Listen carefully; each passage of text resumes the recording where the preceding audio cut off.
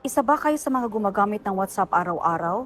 May bago na namang paraan sa pagnanakaw ng pera ang mga hackers sa pamagitan ng paghingi ng verification code kapag tayo ay magre-login ng WhatsApp sa ating cellphone. Ayon kay Ms. Wang, isang biktima, nakatanggap siya ng text mula sa kanyang kaibigan sa WhatsApp. Hinihingi sa kanya ang verification code na napunta sa kanyang cellphone dahil nagkamali ang kanyang kaibigan sa pagpindot. Hindi siya nagduda na hacker pala yung kausap niya at basta na lang pinasa ang code. Pagkatapos napasa ang code, nawala agad ang kanyang WhatsApp account. Bago niya nalaman na hack na pala ang kanyang cellphone, ang mga kaibigan niya sa kanyang contact list ay sunod-sunod na ring nahack. Nagpanggap ang hacker bilang siya at humingi ng tulong at pera sa kanyang kaibigan.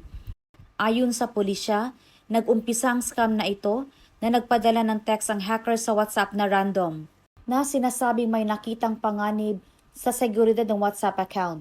Pinindot ng unang biktima ang link at sinunod niya ang request na ilagay ang kanyang numero sa telepono at verification code at dahil dito, nahack ang kanyang cellphone. Pagkatapos, naghanap ng target ang hacker sa kanyang phone list kaya nag-umpisa ang cycle ng scam na ito.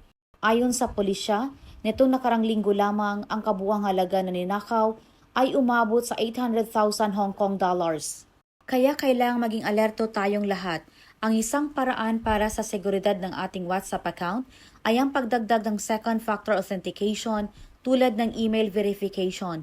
Protektahan natin ang ating account upang hindi lamang tayo kundi pati na rin ang ating mga kaibigan at kamag-anak ay hindi maapektuhan at maging biktima.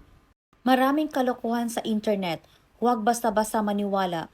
Basta maging aware, huwag basta-bastang ibigay ang personal information gaya ng verification code kahit kanino, lalo na sa hindi kakilala upang hindi makapasok ang mga hackers at maiwasang maging biktima ng online scam. Huwag natin bigyan ng anumang pagkakataon ang mga hackers sa kanilang panloloko.